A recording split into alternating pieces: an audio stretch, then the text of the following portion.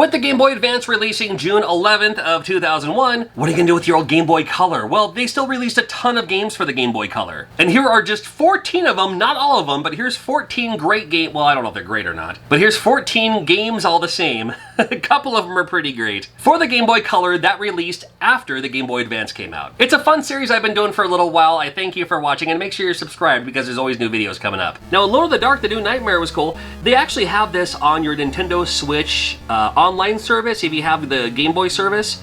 So you have Nintendo Switch online, then you already have access to this game to see for yourself. The graphics are the best I've ever seen on a Game Boy Color game. They use that weird dithering effect. I think it's like sometimes when a game fades in or fades out, it kind of can change colors along the way. And it used some hacks or techniques to have those colors be static. So it features a ton of colors on this game.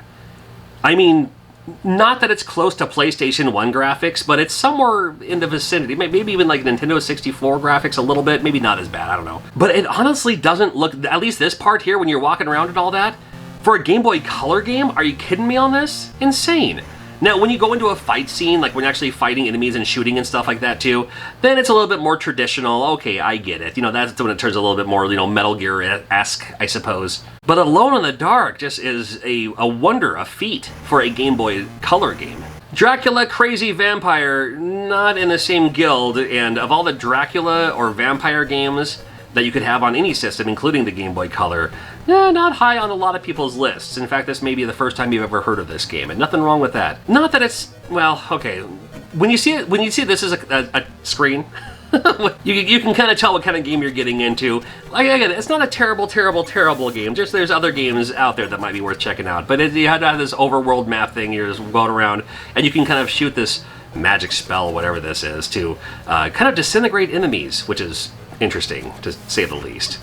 Interesting to have a game like this. Okay, there you go. Hey, what about Dragon Ball Z? This is the legendary Super Warriors. Now, at first glance, it looks like it might be an RPG, maybe a fighting game of some kind, I don't know. But when you get into it, it is a card battle game. So if you're a huge fan of Dragon Ball Z, you probably already knew about this. If you're just a casual fan, you're just like, oh, Dragon Ball Z might be a cool fighting game.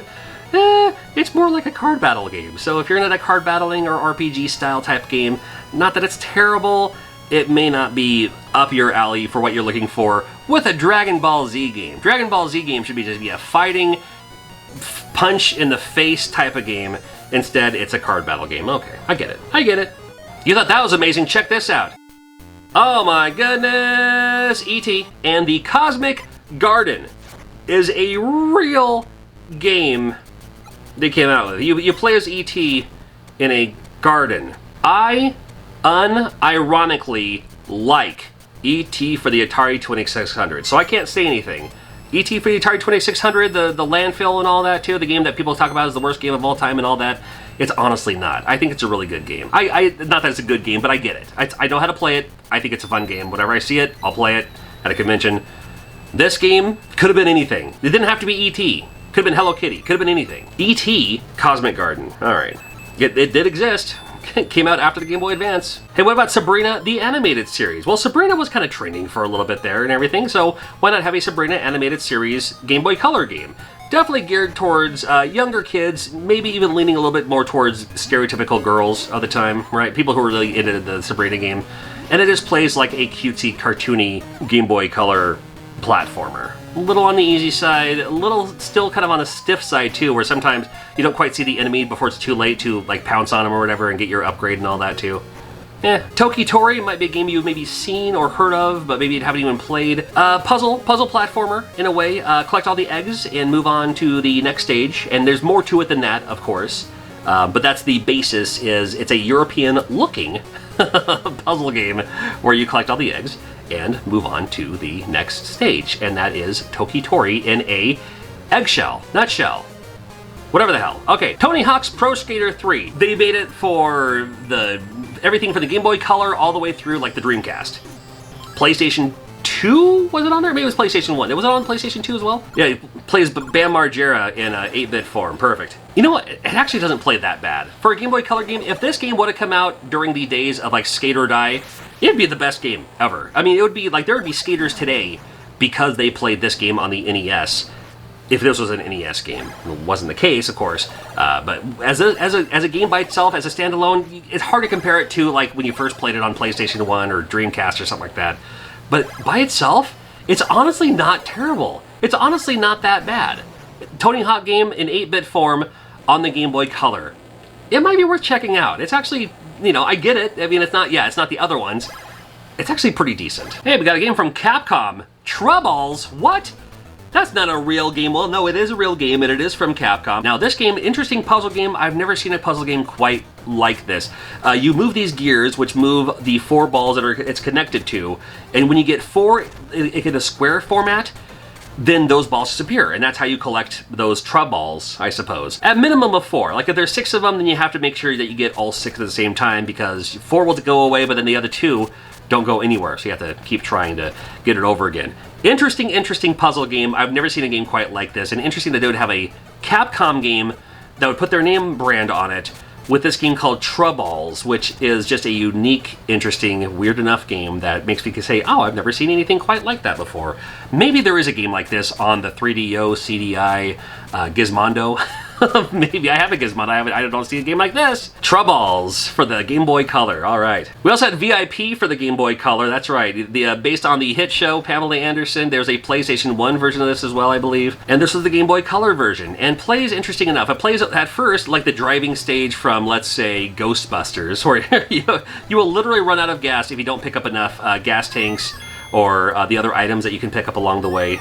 Pretty long driving stage for the first part of it, and then later on, then you're in a rollerblading stage part of this game. It's a little bit all over the place, but yeah, if you want to play as a, check out VIP for the Game Boy Color. Add it to your Pamela Anderson collection, will ya? Yeah, right next to that VHS tape that you're not allowed to watch. We have Woody Woodpecker. What's the full name on this one? Hold on. Gotta look it up here. Woody Woodpecker Escape from Buzzard Park. Okay. I liked the Woody Woodpecker cartoon growing up, and this one plays like a simple style platformer. Unfortunately, your attack is super slow, so you will get hit before you will get hit before you attack them.